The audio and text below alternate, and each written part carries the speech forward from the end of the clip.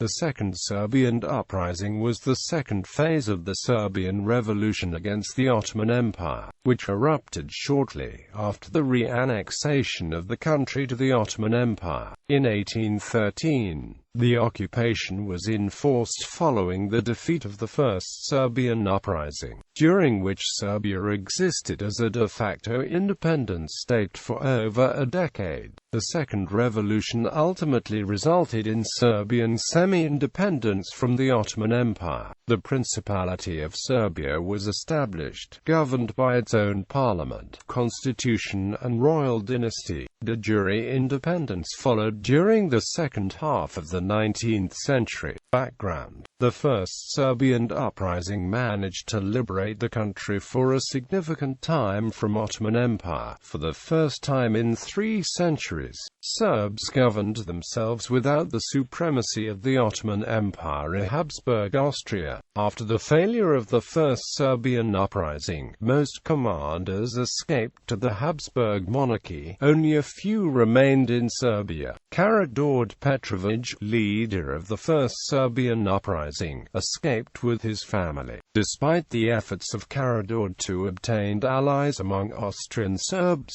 Bosnian Serbs, Russians, or Napoleon Bonaparte, the rebel Serbian state was crushed by the Ottomans in 1813. Miloš Obrenović surrendered to the Ottoman Turks and received the title of Obak-ed-Ized. Stanoje Glavas also surrendered to the Turks and was made a supervisor of a road, but the Turks killed him after they became suspicious of him. Hadži Prodan Gligorijević knew the Turks would arrest him and so declared an uprising in 1814. But Obrenović felt the time was not right for an uprising and did not provide assistance. Hadži Prodan's uprising soon failed and he fled to Austria. After the failure of this revolt, the Turks inflicted more persecution against the Serbs, such as high taxation, forced labor, and rape. In March 1815, Serbs had several meetings and decided upon a new revolt uprising. The National Council proclaimed open revolt against the Ottoman Empire in Takovo on the 23rd of April 1815.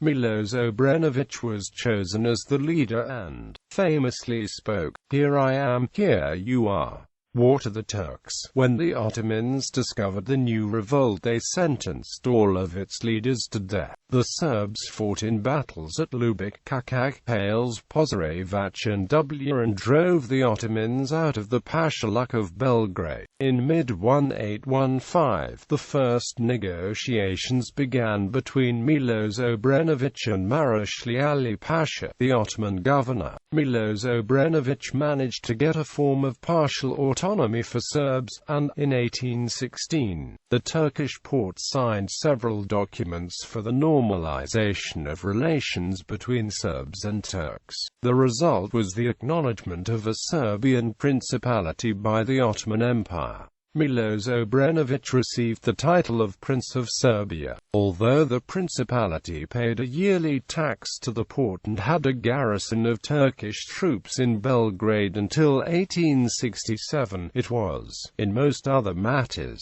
an independent state. Under the grandson of Milos's brother, Milan, Serbia gained formal independence in 1878 under the Treaty of Berlin. In 1817, Miloš Obrenović succeeded in forcing Marashli Ali Pasha to negotiate an unwritten agreement, an act which effectively ended the Second Serbian Uprising. The same year, Karađorđe, the leader of the First Uprising, returned to Serbia and was assassinated. Aftermath: Serbia's semi-independence was reaffirmed by a Firman from the Porte in 1830, and in 1835 the first constitution in the Balkans was written in the Principality of Serbia. It introduced Serbian parliament on the regular basis and established the Obrenović dynasty as the legal heir to the throne of Serbia. It also described Serbia as an independent parliamentary principality, which outraged the Ottoman Empire and the Habsburg monarchy.